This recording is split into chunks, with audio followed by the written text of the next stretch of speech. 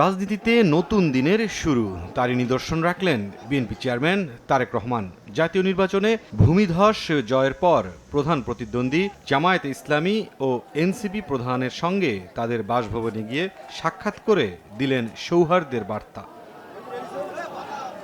রোববার সন্ধ্যায় গুলশান কার্যালয় থেকে বসুন্ধরা আবাসিক এলাকায় জামায়াত আমিরের বাসভবনে পৌঁছালে তারেক রহমানকে উষ্ণ অভ্যর্থনা জানানো হয়। বিএনপি চেয়ারম্যানকে ফুলেল শুভেচ্ছা জানান জামায়াত আমির। পরে পৌনে 1 ঘন্টার মতো আলোচনা করেন দুজন।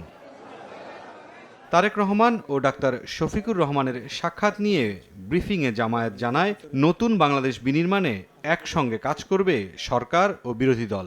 একটা সৌহার্দ্যপূর্ণ পরিবেশের মাধ্যমেই আগামী সময়গুলোকে আমরা রাষ্ট্র পরিচালনায় সরকার এবং বিরোধী দল সমন্বিতভাবেই আমরা দেশের জন্য কল্যাণমূলক কাজ করতে পারব। আমরা এই ব্যাপারে একমত হয়েছি যে সকলে মিলে একসাথেই একটা কনস্ট্রাকটিভ ফিউচার আমরা গ্রহণ করতে পারবো, একটি নতুন বাংলাদেশ আমরা গঠন করতে পারবো।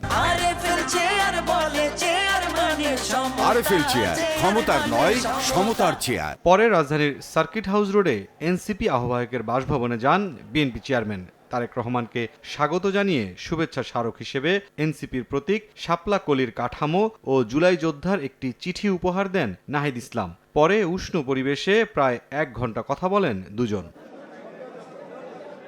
তারেক রহমান ও নাহিদ ইসলামের বৈঠক নিয়ে ব্রিফিংয়ে এনসিপি জানায়, বিএনপি চেয়ারম্যানের সৌজন্যতা রাজনৈতিক পরিবর্তনের আভাস।